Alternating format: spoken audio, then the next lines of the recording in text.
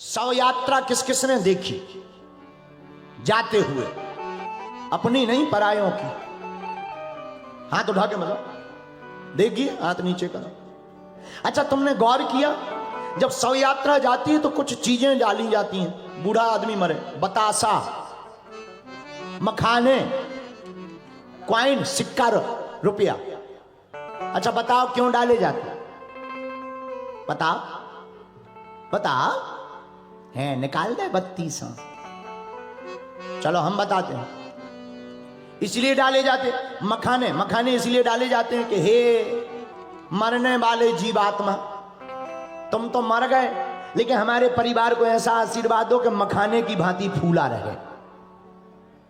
बतासा।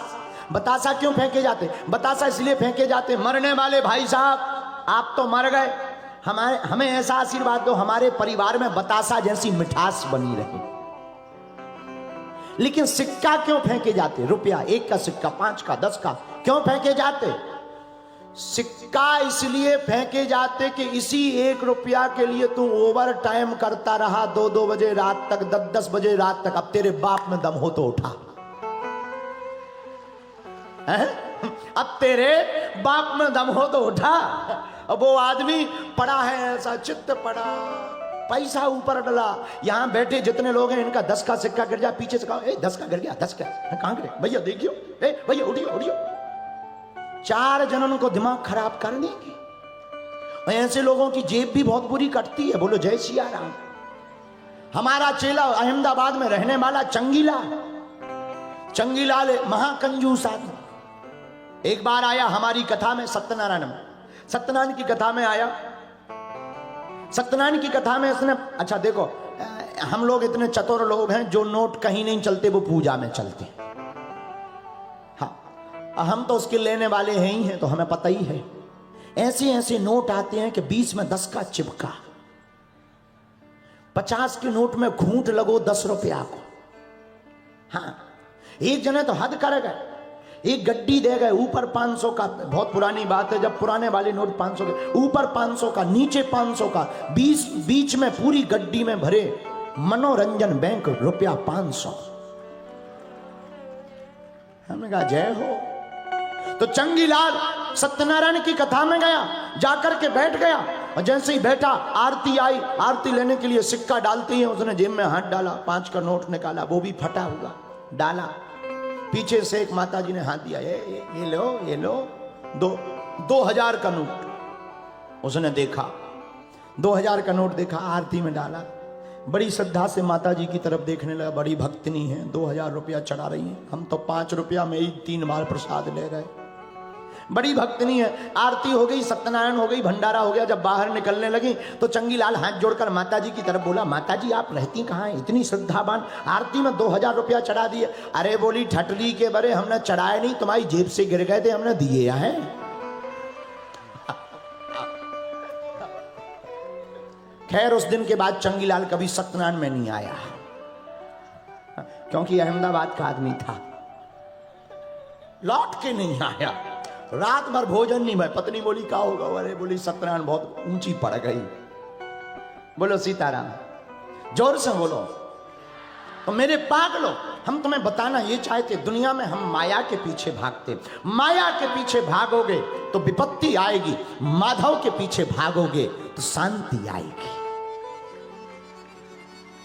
और गोपियां, आहा हा, भगवान नंदनंदन यशोदानंदन भगवान श्री कृष्ण को पाना चाहती हैं। क्या किया जाए? तो गोपियों ने यमुना जी की रेती पर माता कात्यायनी को बनाया, पंचोपचार से पूजन किया, व्रत किया, माता कात्यायनी का ध्यान किया, और उस अनुष्ठान के कारण गोपियों को भगवान श्री कृष्ण सर्वेश्वर परमेश्वर के रूप में प्राप्त हुए हैं।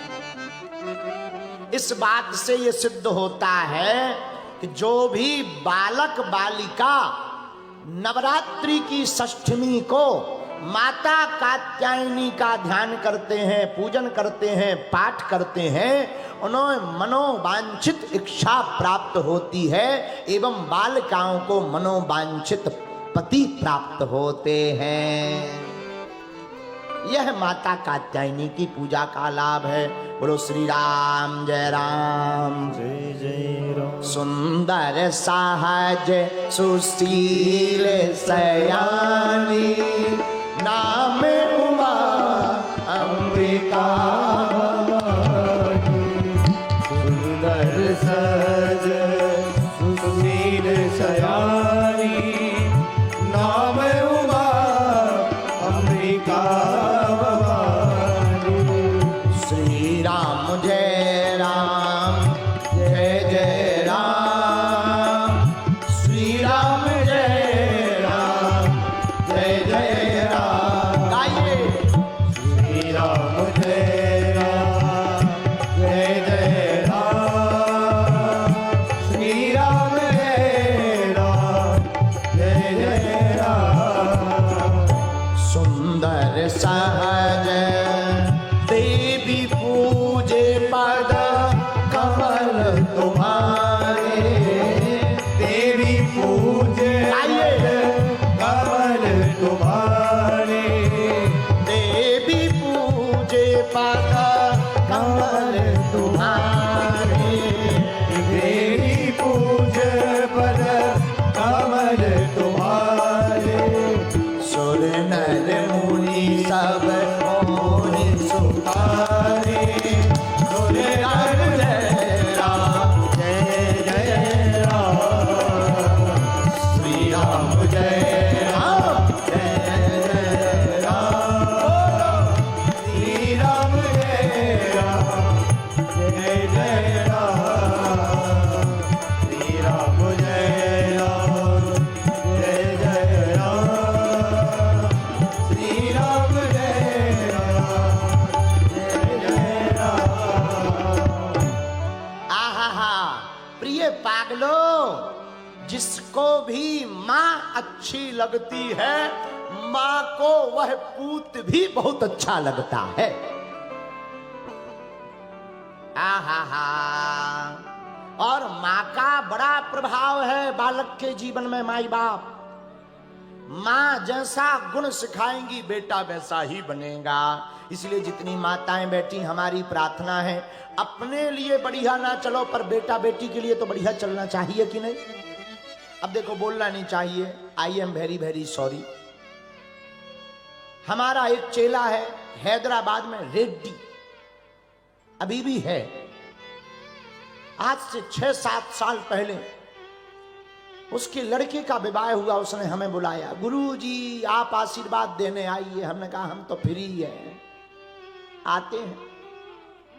आशीर्वाद देने के लिए हम उसके घर पर गए। बड़ा फंक्शन, बड़ी शादी, अमीर आदमी, बढ़िया स्वागत किया उसने, आरती की, हमारी पूजन किया, बैठाया, कमरा दिया, ऊपर कमरा, बैठे हम।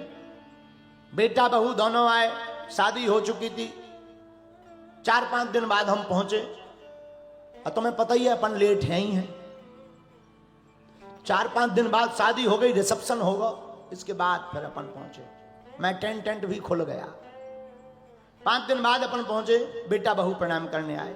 गुरुजी प्रणाम, कल्याण हो, आशीर्वाद, गृहस्थ जीवन तुम्हारा मंगलमय हो। बेटा बहू दोनों कुछ देर बैठे रहे।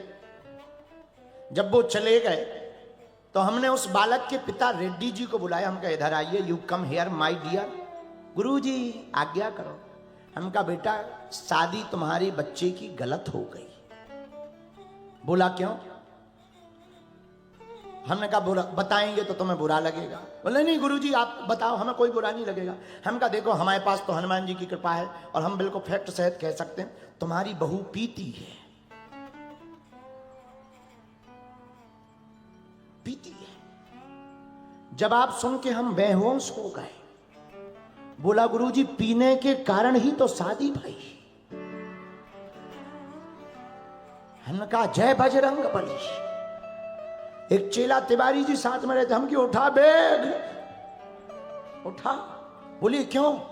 अरे हमने विचार किया बैठे बैठे 5 मिनट तो हम आंखें बंद करके, हमारा तो दिमाग खराब हो गया। पहली बार फंसे थे हम, पसीना मार गया शरीर कि गलत जगह फंस गए। गुरु भाग लो। हमने विचार किया जब बहू पीती है, आज बहू है कल मां बनेगी, बच्चे होंगे, और जब बच्चे होंगे तो बच्चे रोएंगे भी रोएंगे तो ये मोंगाएगी थोड़ी, 2 ढक्कन ले और सो जा। बोलो जय श्री राम। क्षमा करना माई बाप, माताएं बालक और बालिका की प्रथम गुरु होती हैं। इसलिए मेरे पागलों, माताओं से हमारी हाथ जोड़कर प्रार्थना है, अपनी बेटा और बेटी को ऐसे संस्कार देना कि वो कहीं पर भी चले जाएं पर तुम्हारे नाम को ना लजावे। ऐसा बेटा और बेटी को संस्कार